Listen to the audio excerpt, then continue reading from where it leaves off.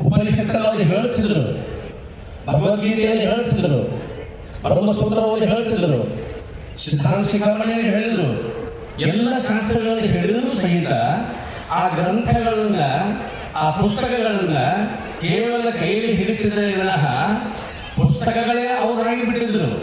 ಹೀಗಾಗಿ ಯಾವುದೇ ಒಂದು ಗ್ರಂಥವನ್ನು ಅವ್ರ ಕೈಗೆ ನೀವು ಕೊಟ್ಟರೂ ಕೂಡ ಬರೀ ಒಂದು 5 ನಿಮಿಷ ಸಾಕು. ಆ 5 ನಿಮಿಷದಲ್ಲಿ ಪುಸ್ತಕವನ್ನು ತೆಗೆದು ಹಾಕಿಬಿಡ್ತಿದ್ರು. ಒಳಗಿರ್ತಕ್ಕಂಥ ಸಾರ ಸರ್ವಸ್ವ ಅಂತಕ್ಕಂಥದ್ದು ಗೊತ್ತಾಗಿ ಬಿಡ್ತಿತ್ತು. ಯಾಕಂತಂದ್ರೆ ಅವರೊಬ್ಬ ವ್ಯಕ್ತಿ ಆಗಿರಲಿಲ್ಲ, ಸರಸ್ವತಿಯ ಶಕ್ತಿ ಅಂತಕ್ಕಂಥದ್ದಾಗಿದ್ದರಿಂದ ಅವರೆಲ್ಲವೂ ಕೂಡ ಅವಗತವಾಗಿದೆ.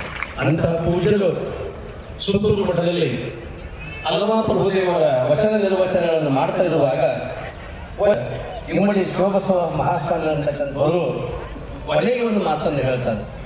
ಬಹಳ ದೊಡ್ಡ ದೊಡ್ಡ ವಿದ್ವಾಂಸರು ಅಲ್ಲಿಗೆ ಬರ್ತಿದ್ರು, ವಚನ ನಿರ್ವಚನ ಮಾಡ್ತಾ ಇದ್ರು, ತಮ್ಮದೇ ಆಗಿರ್ತಕ್ಕಂಥ ಅಭಿಪ್ರಾಯಗಳನ್ನು ವ್ಯಕ್ತಪಡಿಸ್ತಾ ಇದ್ರು.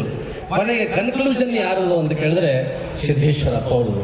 ಆ ಕನ್ಕ್ಲೂಷನ್, ಆ ನಿರ್ಣಯವನ್ನು ಕೇಳಿದಾಗ ಅದ್ಭುತ ಅನಿಸ್ತಿತ್ತು.